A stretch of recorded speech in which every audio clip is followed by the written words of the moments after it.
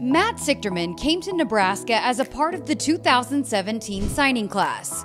He played in every game for the Huskers in 2019 and 2020, but he's waited and worked for a bigger role, and in 2021, earning a starting job at right guard on the pipeline. I've been kind of waiting on this moment, working for this moment, just opportunities there. So, I just wanted to keep working. I wanted to not only, prove to other people, but also prove it to myself that I could earn this thing. And, what I've been working towards was worth it, just to, make it to the starting spot where I wanted to be.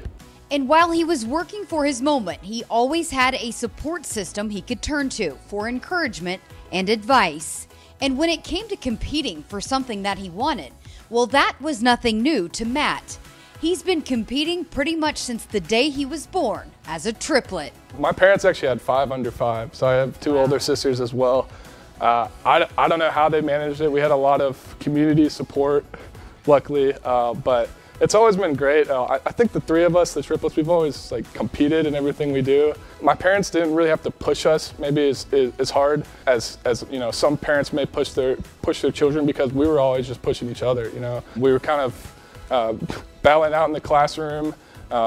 We swam when we were younger. I'm kind of come from a swimming family, so it was always something, and I think I was really lucky growing up with that. My brother and I are really close, especially. He got to see my first start last week, and that was really exciting for me. But it's a special relationship. We grew up sharing everything, and my fun fact that I can just always fall back on. So I love that. So for people that thought maybe if you're a triplet you might be undersized, I think you debunked that theory, right?